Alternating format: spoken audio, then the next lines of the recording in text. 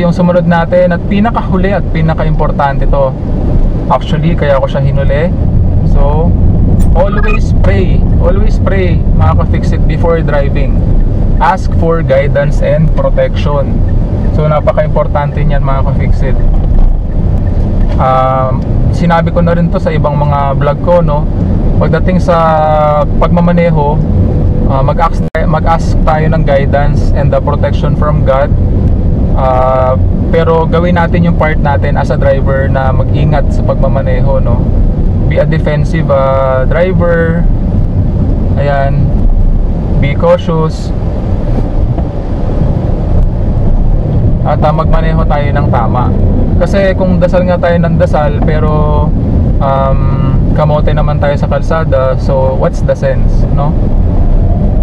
So ano yan, give and take yan, half and half, kagaya nga na sinasabi ko palagi.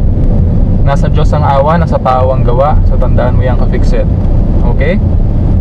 So yan ang ating mga top tips para sa pagmamaneho sa syudad, or top tips for city driving.